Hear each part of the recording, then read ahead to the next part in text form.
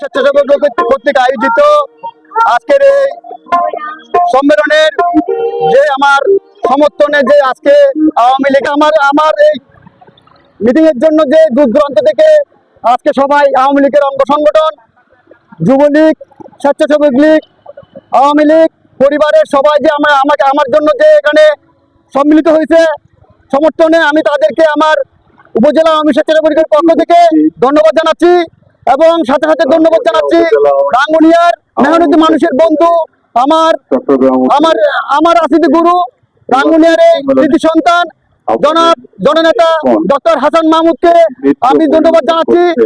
আমি যে আজকে আওয়ামী স্বেচ্ছাসেবক লীগের সেই সম্মেলনে যে আমি সভাপতি প্রার্থী হতে পেরে আমি যে আজকে হাসান মাহমুদের, আমার প্রিয় নেতা ডক্টর হাসান মাহমুদের হাতকে শক্তিশালী করার জন্য আমি একতা প্রকাশ করতেছি এবং আমি সাথে সাথে ধন্যবাদ জানাচ্ছি দূর দূরান্ত থেকে আগত বিভিন্ন নেতা কর্মীদের, আমার শুভাকাঙ্ক্ষীদের আমি ধন্যবাদ জানাচ্ছি।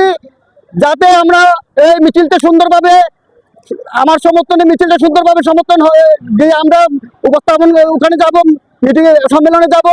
আমি চাই এখানে কে সভাপতি হবে, কে সাধারণ সম্পাদক হবে, আমি তাদেরকে এটুকু বলবো, হার জিত থাকবে, আসান ভাই যাকে দেবে সেই সভাপতি হবে, সে সাধারণ সম্পাদক হবে।